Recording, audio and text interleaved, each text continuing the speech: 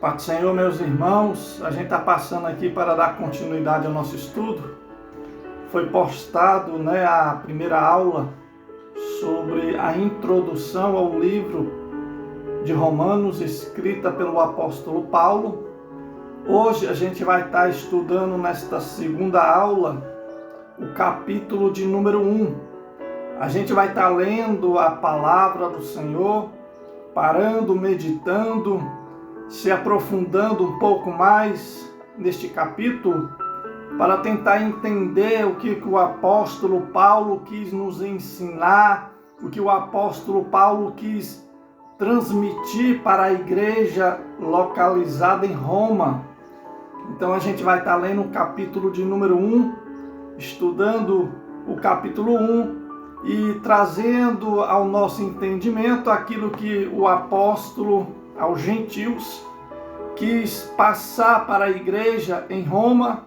E esta epístola, que é de grande valor para os nossos dias, para nós, a igreja, nos nossos dias atuais.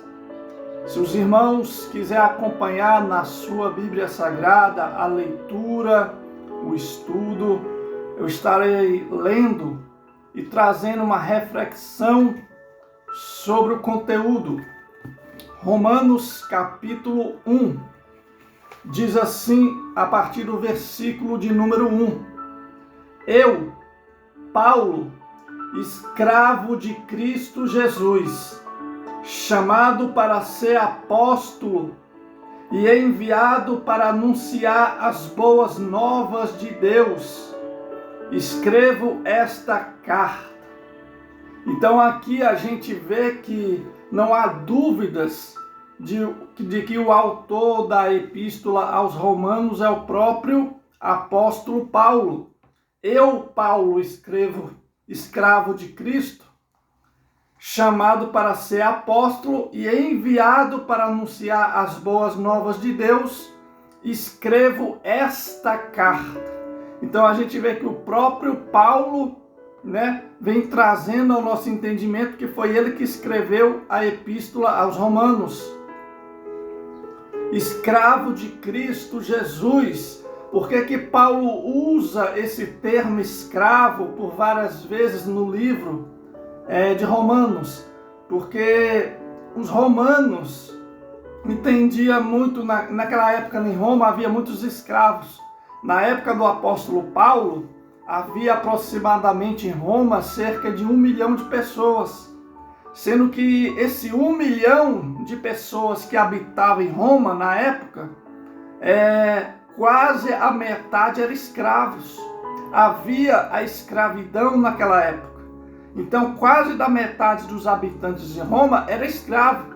E o escravo, ele não faz o que quer, ele faz aquilo que o seu senhor determina. Então Paulo vem trazendo na epístola aos Romanos muita referência com esse termo escravo para tentar transmitir ao povo em Roma, dentro do seu contexto, do seu entendimento, de que ele era um escravo de Cristo, ou seja, não que Cristo o escravizava, porque servia a Cristo de livre e espontânea vontade. Deus, ele respeita o nosso livre-arbítrio.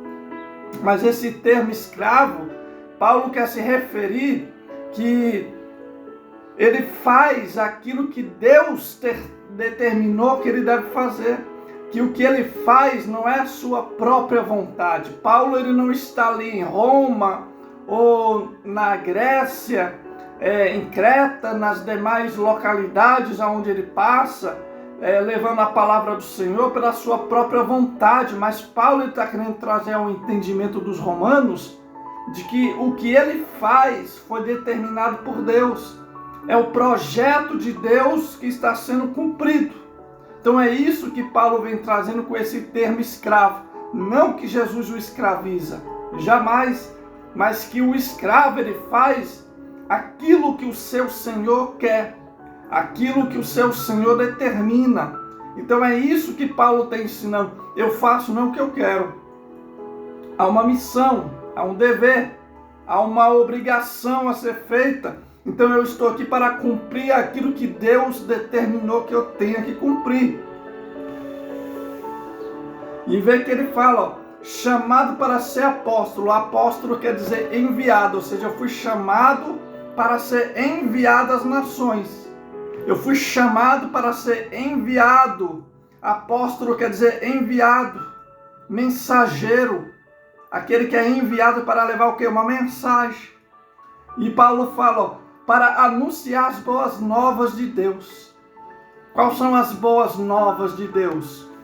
Anunciar o período da graça. Anunciar ao povo que o Messias veio. Anunciar que o Salvador veio. Que o Salvador veio, morreu na cruz, ressuscitou. E que o tempo da lei findou. Iniciou o tempo da graça, que agora é pela graça. Que agora não é pelos nossos próprios méritos, pelos nossos próprios sacrifícios, mas é mediante o sacrifício de Cristo. É isso que Paulo vem trazendo. Versículo 2. Deus prometeu as boas novas, ou seja, o Evangelho, muito tempo atrás nas Escrituras Sagradas. Ou seja, a promessa do Evangelho é antiga. A promessa da vinda de Jesus Cristo é antiga. Lá em Gênesis, Deus faz essa promessa para Adão e Eva. Então, é antiga essa promessa. Só estava se cumprindo. Deus prometeu as boas novas muito tempo atrás nas Escrituras Sagradas por meio de seus profetas. Versículo 3. Elas se referem a seu filho. A Bíblia, de Gênesis até Apocalipse, o tema principal é Jesus. É isso que a gente precisa ter em nosso entendimento. De Gênesis, o Antigo Testamento todinho, e o Novo Testamento, o tema principal é Jesus. Jesus é o centro da Bíblia. A Bíblia vem falando de Cristo, vem se referindo a Ele. O Antigo Testamento vem se referindo ao Salvador. O homem precisava de um Salvador. Então, os profetas do Antigo Testamento veio trazendo as profecias direcionadas ao Salvador que viria, Jesus.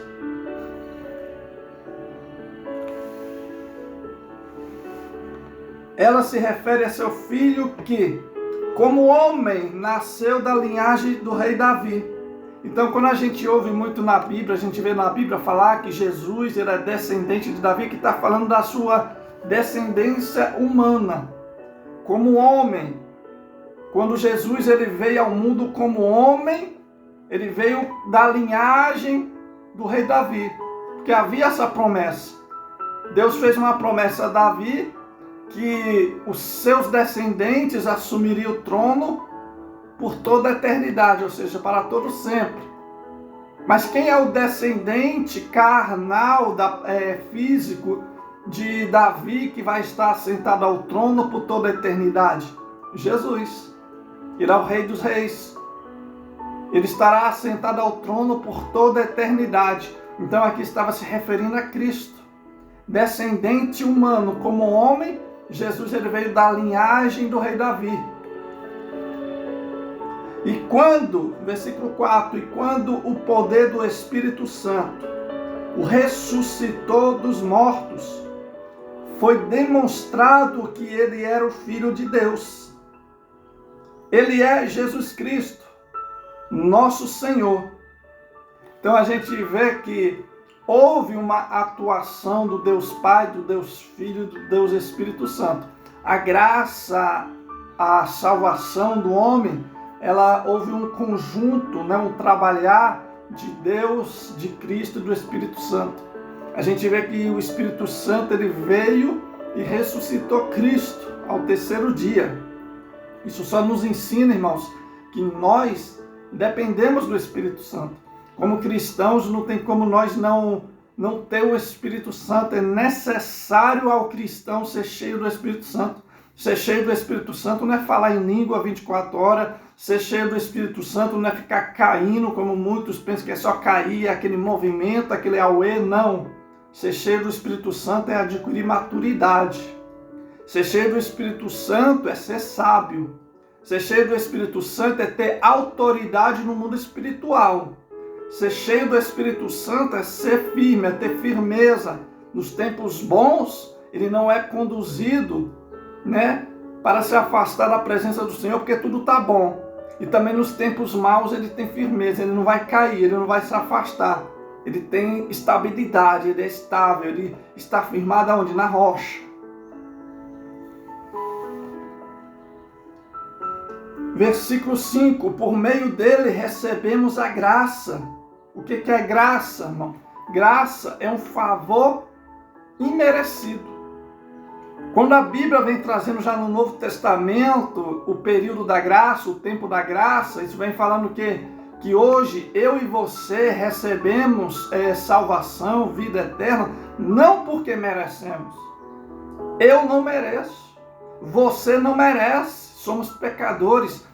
Olhando para o âmbito normal, justo, o que eu e você merece é o inferno. Merecemos o inferno. Por quê? Porque somos pecadores. Somos maus. O nosso coração é inclinado ao mal. Se não for o Espírito Santo para nos temperar, a gente se torna agressivos, violentos, maus, imorais, indecentes. O Espírito Santo que vem nos moldando. A gente não merece o céu, a gente não merece a vida eterna. Mas aí vem a graça, ou seja, um favor imerecido, ou seja, eu não mereço. Mas Deus, ele é tão misericordioso e tão amoroso, que mesmo sem eu merecer, mas por eu crer no seu Filho, e por eu entregar a minha vida a Cristo, e por eu me esforçar para ser uma nova pessoa, aí ele tem essa misericórdia, e aí eu recebo que é a graça, ou seja, um favor. Deus, ele faz um favor que eu não mereço para que eu venha receber a vida eterna. Então isso é graça. A gente recebe a vida eterna por misericórdia. É um favor. Deus, ele está fazendo um favor para mim e para você. Não merecemos, é um favor imerecido. Por meio dele recebemos a graça e a autoridade, como apóstolos, de chamar os gentios em toda parte a crer nele e lhe obedecer, em honra de seu nome. Ou seja, aqueles que são chamados, eles recebem autoridade pelo próprio Deus para anunciar o Evangelho, as boas novas, para que todos que creem em Cristo venham ser salvos. Aqui Paulo está querendo trazer que não há acepção de pessoas. Porque os judeus acreditavam que a salvação era só para os judeus. Os gentios estavam excluídos. Mas aí Jesus, ele veio quebrar essa linha, teológica dos judeus. Não, a salvação não é só para os judeus. Aí Paulo veio trazendo essa doutrina. A salvação não é só para os judeus. Há religiões ou seitas, hoje em dia, que trazem que só o seu grupo, só aqueles que fazem parte do seu grupo que serão salvos. Mas a salvação conquistada por Jesus, ela alcança a humanidade. A humanidade são todos, não é só judeus, não é só quem é crente, não, a humanidade no geral, seja chinês, japonês, americano, brasileiro, judeu, romano, não importa. Jesus, ele morreu pela humanidade, ele não morreu por nação. Jesus, ele não morreu só pela nação de Israel, ele morreu pelos indianos, ele morreu pelos japoneses, ele morreu pelos brasileiros, por todos. A humanidade em geral. Versículo 6, e vocês estão entre esses gentios, chamados para pertencer a Jesus Cristo. Aqui ele está se referindo aos cristãos romanos, os romanos que se converteram. Vocês também pertencem a Cristo. Vocês também agora fazem parte do projeto de salvação. Porque havia judeus que tentavam introduzir na mente dos cristãos gentios de que eles não tinham salvação. A salvação era algo somente aos judeus. Aí Paulo vem trazendo: vocês, romanos convertidos, também fazem parte do projeto. Vocês, romanos que se converteram, também fazem parte desse projeto de salvação. Deus não faz acepção de pessoas. Quem crê em Jesus Cristo como Filho de Deus será salvo. Versículo 7. Escreva a todos vocês que estão em Roma. Então a carta aos romanos está sendo escrita aos cristãos em Roma. Amados por Deus e chamados para ser seu povo santo. Que Deus, nosso Pai, e o Senhor Jesus Cristo lhe dê graça e paz. Versículo 8. Antes de tudo, quero dizer que, por meio de Jesus Cristo, agradeço a meu Deus por todos vocês, pois sua fé nele é comentada em todo o mundo. Olha que interessante, irmão. A fé dos cristãos em Roma era comentada por todos.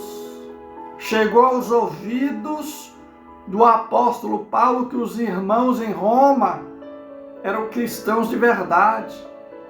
Eram pessoas comprometidas com a palavra e com os princípios que Cristo deixou. Irmãos, o testemunho do verdadeiro cristão tem que ser ouvido. E não é necessário eu abrir a minha boca para falar: eu sou santo, eu vivo em santidade. As pessoas vão ver em mim. Ser cristão não é você abrir a sua boca e ter que falar, mas as pessoas vão olhar para você e o seu testemunho de vida vai demonstrar quem você é. Veja, ó, antes de tudo quero dizer que por meio de Jesus Cristo, agradeço a meu Deus por todos vocês. É que Paulo está agradecendo a Deus pela salvação dos romanos, pela conversão dos romanos, pela igreja em Roma, que está fazendo um belo trabalho, pois sua fé nele é comentada em todo o mundo. Você vê, versículo 9, o Deus a quem sirvo em meu espírito, anunciando as boas novas, o evangelho quer dizer boas novas, a respeito de seu Filho, sabe como nunca deixo de me lembrar de vocês. Paulo trazendo à igreja em Roma que ele nunca se esqueceu deles, mesmo ainda não ter ido conhecer eles pessoalmente, só de ouvir falar, mas eles estavam sempre nas orações de Paulo. Aqui o que Paulo vem ensinar é que nós cristãos precisamos orar uns pelos outros. Eu ouvi uma vez de um diácono, há muito tempo atrás, falar que ele falou que ele não ora por ninguém, porque cada um tem que orar por si próprio. Irmão, isso é errado. A Bíblia ensina que nós precisamos orar um pelos outros. Eu oro por você e você ora por mim. Isso é ser igreja. E Paulo ele vem trazendo isso em suas epístolas, que ele orava pelas igrejas em Roma, pelos cristãos em Roma, pelos cristãos lá em Corinto, pelos demais irmãos em Éfeso. Ele orava por esses irmãos e pedia que esses irmãos também se lembrassem dele.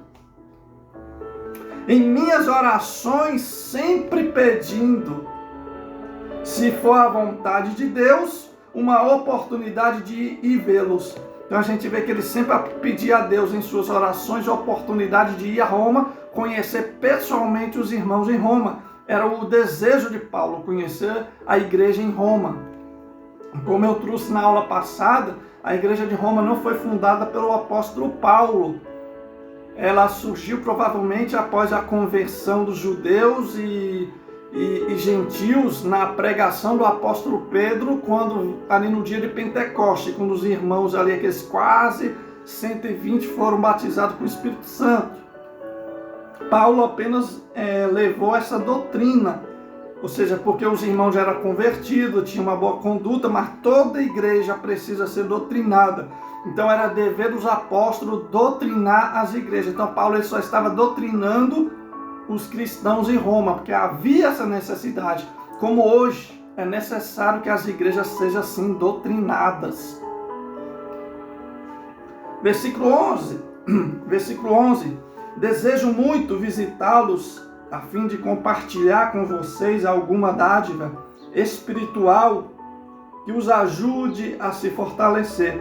Desejo visitá-los a fim de compartilhar alguma dádiva espiritual que os ajude a fortalecer. Ou seja, Paulo queria visitar os irmãos para que pudesse contar algum testemunho, e o testemunho de algum milagre vindo de Deus viesse fortalecer os irmãos em Roma, trazer mais ânimo, né, diante da perseguição.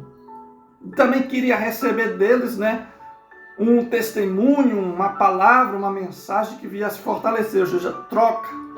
Eu levo uma palavra que fortalece vocês, mas eu também preciso de uma palavra para me fortalecer. A gente vai ver que Paulo sempre vem trazendo isso. Eu também quero ser fortalecido pela igreja. Irmão, quem prega, quem ensina também precisa ser alimentado. A igreja ela é alimentada, mas quem está levando o alimento também precisa ser alimentado. Versículo 12. Quando nos encontrarmos, quero encorajá-los na fé e também quero ser encorajado. Vê o versículo 12. Quando nós se encontrar, eu quero encorajar vocês, a fé de vocês, mas eu quero também que vocês venham encorajar a minha fé. Então a igreja é isso.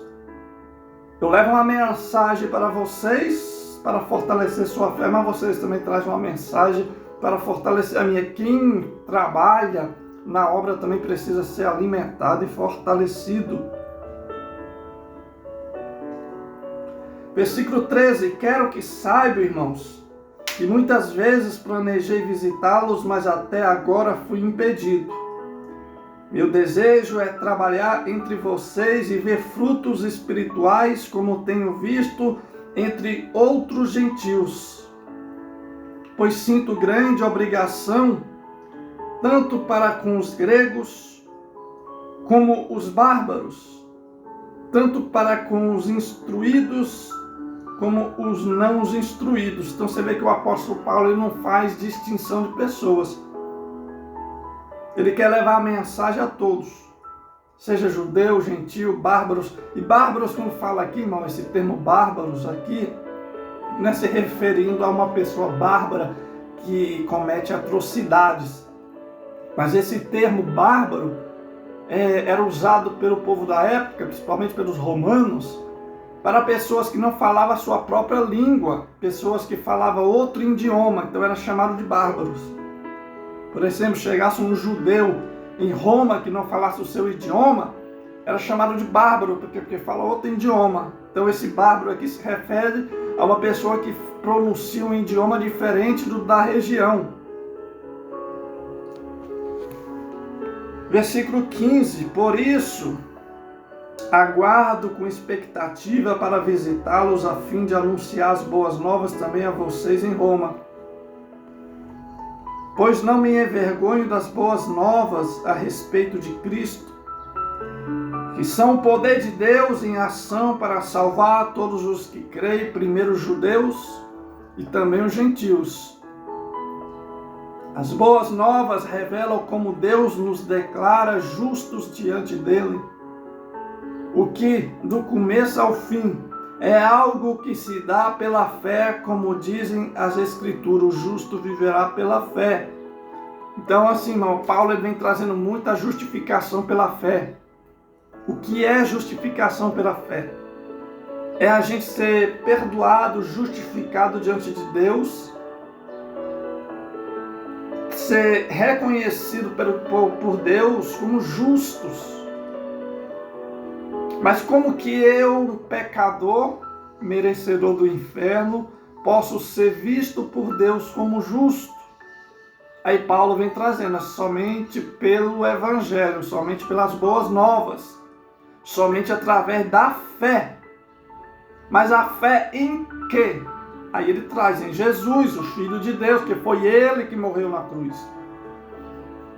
Para que eu seja justificado, visto como justo diante de Deus, para que eu venha ser perdoado, para que meu pecado ele venha a ser coberto pelo sangue de Cristo, é necessário que eu venha crer em Jesus como Filho de Deus. A Bíblia vem ensinando, irmãos, se eu não crer em Jesus Cristo, que Ele é Filho de Deus, se eu não crer de todo o meu coração e não confessar com a minha boca que Jesus Cristo é Filho de Deus, é o Salvador, eu não serei salvo.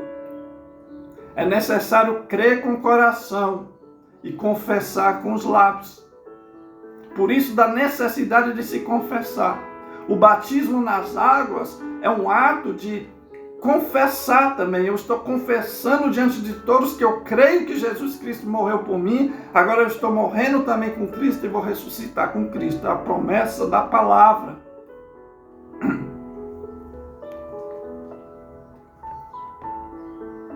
O justo viverá pela fé. A fé em Cristo. Agora, uma fé sadia, irmão, ter fé não é fazer também loucuras. A gente precisa aprender isso. Porque tem crente, irmão, que Deus me livre. Tem crente que só Jesus na causa. Faz cada loucura falando que está fazendo pela fé. E já não é fé, é loucura. O que Satanás faz com Jesus lá no deserto quando Satanás está tentando Jesus?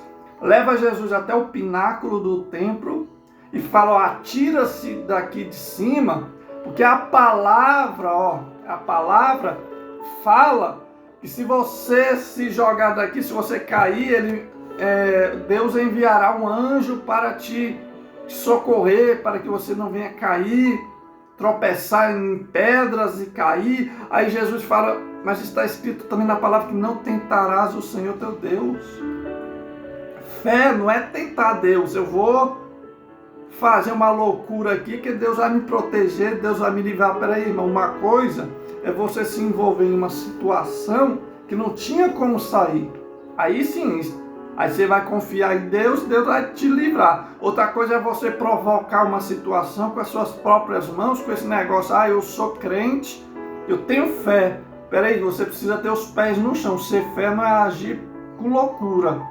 Ser fé não é fazer besteira achando que Deus ele vai assumir as suas loucuras, as responsabilidades das suas loucuras. Então fé, você precisa ter uma fé sadia, uma fé sábia, uma fé inteligente. Seja inteligente, nós somos seres racionais, então precisamos ser inteligentes. Vou pegar aqui um exemplo. Eu estou na igreja, aí o pastor pega e fala, irmãos, me dá aí a chave do teu carro, dou o teu carro para a igreja, que Deus vai te dar um carro novo.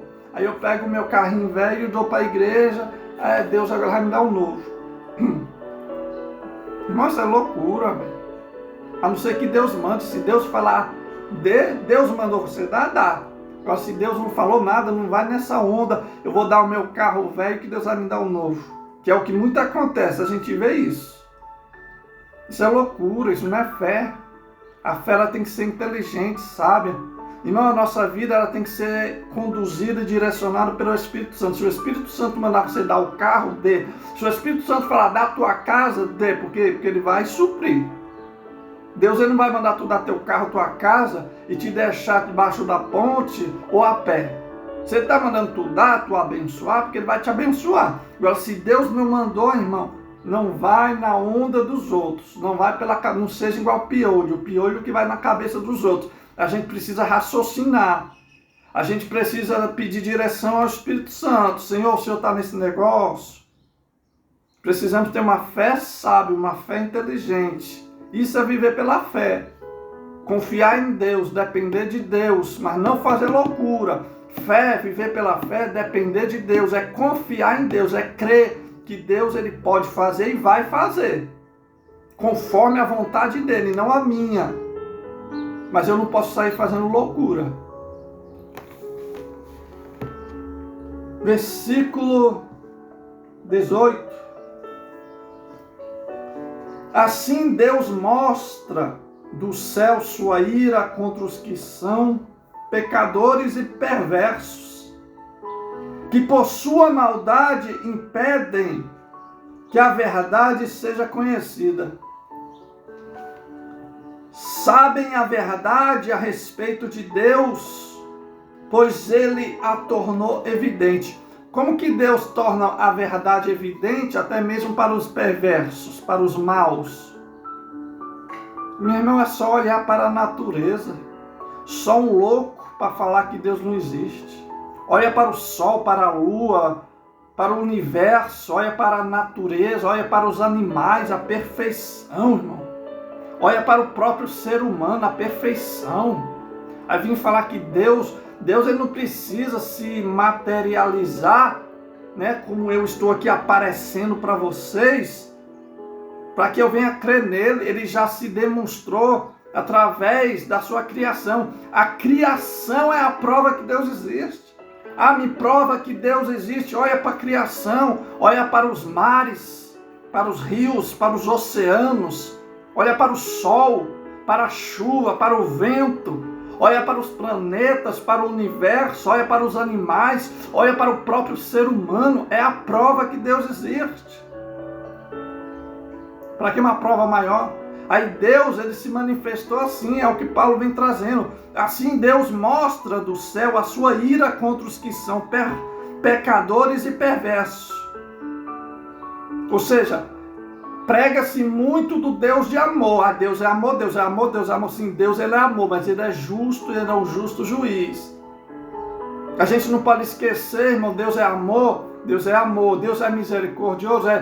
Mas Paulo vem trazendo, mas ele, assim Deus mostra do céu a sua ira contra todos que são pecadores perversos. Porque por sua maldade impede que a verdade seja conhecida. Ou seja, são pecadores perversos e ainda quer impedir que a verdade seja conhecida. A ira de Deus virá sobre eles. A gente tem que pregar que Deus é amor. A gente tem que pregar que Deus é misericórdia. Mas Paulo vem trazendo o Deus de ira. O Deus que traz punição. E a Bíblia vem ensinando o Deus que castiga os pecadores. Olha para Sodoma e Gomorra. Olha para a geração de Noé. Deus ele mata, irmão. Olha para os filhos do sacerdote Eli. Os filhos de Arão. Deus ele vem com justiça. A gente tem que pregar o Deus de amor, mas também temos que pregar o Deus de justiça. É isso que Paulo está trazendo.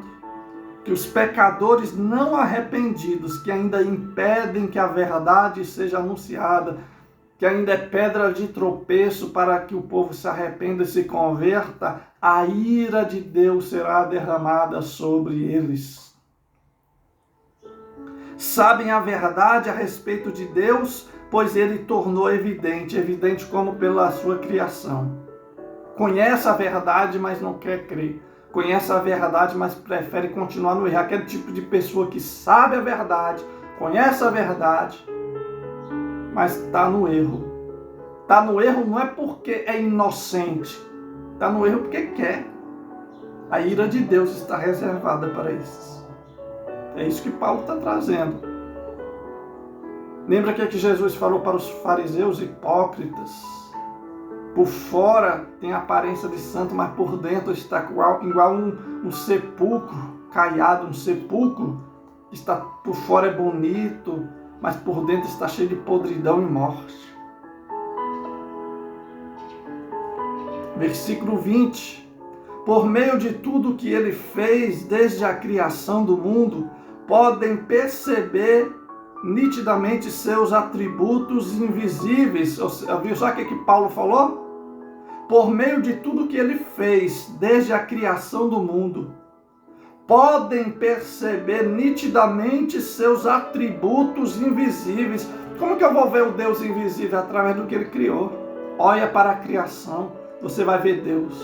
A perfeição da criação te mostra que Deus existe. Deus ele está se revelando através da criação. Aí a pessoa quer que Deus venha se materializar. E ele já fez isso. Ele já se materializou através de Cristo. E mesmo assim o povo ainda não creu. Seu poder eterno e sua natureza divina, portanto, não tem desculpa alguma. Ou seja, não tem desculpa.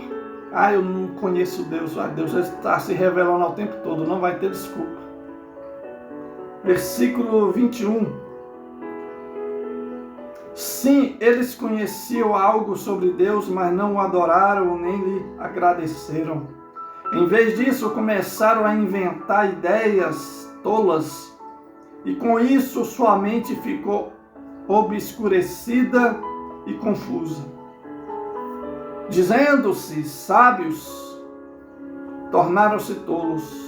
Ou seja, aqueles que pensam que são sábios pelas suas próprias razões, na verdade, a Bíblia chama eles de tolos, porque não quer crer naquilo que Deus está se revelando, não quer crer na palavra, não quer crer que existe o Deus poderoso e santo, Criador dos céus e da terra. Eles pensam que são sábios, mas na verdade são tolos.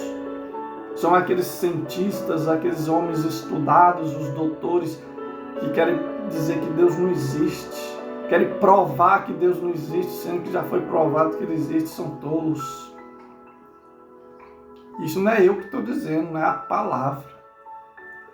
Versículo 23. Trocaram a grandeza do Deus imortal por imagem de seres humanos, mortais, bem como de aves, animais e répteis. Aqui está falando da idolatria.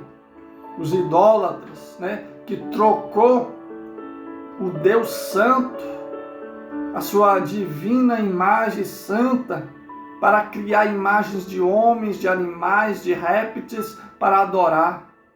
Deixaram de adorar o Criador para adorar a criação. Aqui o apóstolo Paulo está condenando a idolatria, que na época era muito grande, irmão, e nos dias de hoje não é diferente. A idolatria entrou até dentro das igrejas. Idolatram cantores, idolatram pregadores, idolatram pastores, idolatram líderes, idolatram homens. O culto já não é para Cristo, o culto é para o homem. Um culto voltado para a humanidade, não para a divindade. Idolatria, estão trocando a divindade perfeita e santa para adorar a humanidade, o homem, a criação, trocando o Criador pela criatura. Paulo já vinha trazendo isso naquela época e nos dias de hoje não é diferente, é só olhar, só ver. Versículo 24, por isso Deus os entregou aos desejos pecaminosos de seu coração. Deus, Ele permite, irmão, você viver o desejo pecaminoso do seu coração. Quer pecar? Deus vai deixar. O livre-arbítrio, Deus respeita. Agora, arca com as consequências. Deus respeita o seu livre-arbítrio. Quer pecar? Pode pecar. Deus não vai impedir. Deus, Ele te alerta. Mas vem a consequência. Já que pecou, agora arca com as consequências. Depois que as consequências virem, não venha clamar. É isso que Paulo está trazendo. Vou ler de novo. Por isso, Deus os entregou aos desejos pecaminosos do seu coração. Deus, Ele entrega. Quer ser homossexual? Seja. Quer ser um adúltero? Seja. Quer ser um ladrão? Seja. Quer ser um mentiroso? Seja. Agora arca com as consequências. As consequências vêm. Deus, Ele vai permitir que o homem viva o seu prazer, o seu desejo. Ele permite, é por isso que os homens, o pecado tem se espalhado. Deus tem permitido o homem viver o seu livre-arbítrio. Agora vai chegar o dia da prestação de conta. É aquilo que a gente escuta, Você usa o cartão de crédito, a fatura chega para tu pagar. Você peca. Você está vivendo o seu livre-arbítrio, os desejos do teu coração, que muitas vezes vai contrário à palavra de Deus. Um dia a fatura chega. A fatura vai chegar para você pagar. Como resultado, praticaram entre si coisas desprezíveis e degradantes com o próprio corpo. A gente vê pessoas fazendo cada horror com o seu corpo. Tatuagem, tatua o corpo todo, coloca alargador na orelha, na boca, no nariz. Então tem pessoas aí que você vê na rede social aí que ela faz uns negócios aí que fica parecendo demônios. Estão degradando o corpo, que a Bíblia chama de templo do Espírito Santo. Estão usando o templo do Espírito Santo para ser morada de demônios. A prestação de conta vai chegar. Estão profanando o templo. O nosso corpo é o templo e morada do Espírito Santo. E quando eu profano ele, meu irmão, a consequência chega. Olha para os filhos de Arão, eram sacerdotes, morreram diante do altar. Olha para os filhos de Eli, eram sacerdotes. Sacerdote fora da posição morre diante do altar. Obreiro fora da posição, ele morre, não importa se está no altar, não importa se está na liderança, se não tiver compromisso, morre. Altar não mantém ninguém vivo, quem mantém vivo é o Espírito Santo. E o Espírito Santo não habita em casa suja. Versículo 25, trocaram a verdade sobre Deus pela mentira.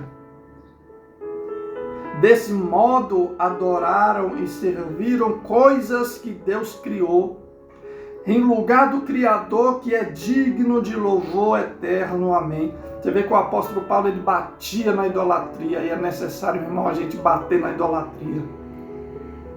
É necessário a gente combater a idolatria, principalmente dentro da igreja, porque tem muitos cristãos idólatras. Por isso, Deus os entregou aos desejos vergonhosos. Até as mulheres trocaram a sua forma natural de ter relação sexual por práticas não naturais. E os homens, em vez de ter relações sexuais normais com mulheres, arderam de desejo uns pelos outros. Homens praticaram atos indecentes com outros homens, e em decorrência desse pecado sofreram em si mesmo o castigo que merecia. Aqui a Bíblia, Paulo está condenando o homossexualismo, que tentam legalizar e falar que é normal. Normal pode ser para quem está na prática do pecado, porque eles querem viver. Deus, ele vai permitir. Tu quer viver, viva. Quer viver na imoralidade sexual? Viva.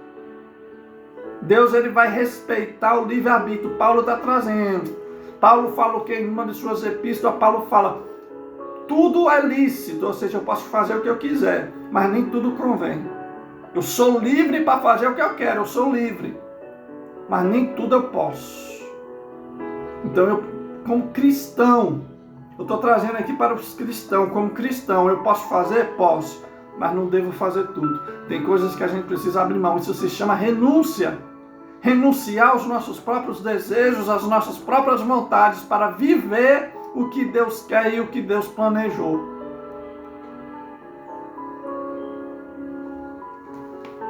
Versículo 29. A vida deles se encheu de toda espécie de perversidade, pecado, ganância, ódio, inveja, homicídio, discórdia, engano, malícia e fofocas. Espalham calúnias, odeiam a Deus, são insolentes, orgulhosos e arrogantes, inventam novas maneiras de pecar e desobedecem a seus pais. Não têm entendimento, quebram as suas promessas, não mostram afeição nem misericórdia.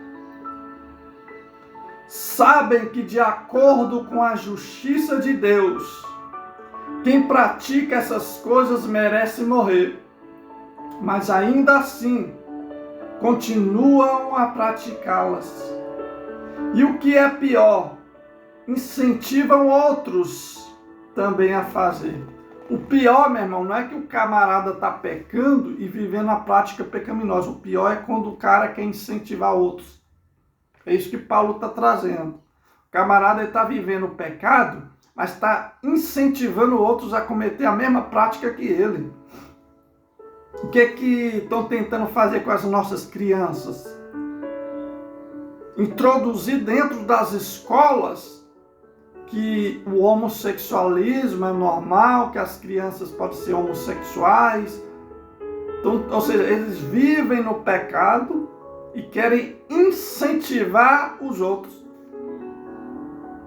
Vivem na prática do pecado, não obedecem a Deus, mesmo sabendo que Deus existe, mesmo sabendo que eles, pelo seu pecado, merecem o inferno. Porque tem pessoa, meu irmão, que conhece a verdade e sabe que merece o inferno, sabe se morrer do jeito que está, vai para o inferno, mas não abandona o pecado e ainda incentiva outros. Peca e quer incentivar, quer conduzir outros. Isso ainda é o pior. Porque não é igual aos fariseus. Jesus falou que vocês não entram no céu e ainda está impedindo que os outros entrem. Tem pessoa que é desse jeito, está indo para o inferno e está querendo levar a gente com ele. Está igual demônio. Demônio que trabalha dessa maneira, já está condenado, aí quer levar o máximo de pessoas com eles. Tem pessoas que é desse jeito, está no pecado e quer levar o máximo de pessoas para praticar o mesmo pecado ou pior, porque assim, já que eu vou me condenar, então eu levo alguém comigo. São os piores.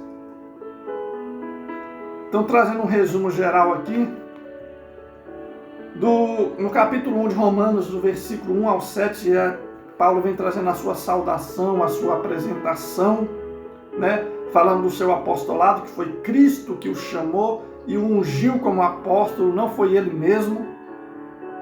Do versículo 8 até o versículo 17, Paulo vem trazendo aqui as boas novas de Deus. O Evangelho quer dizer boas novas, notícias novas,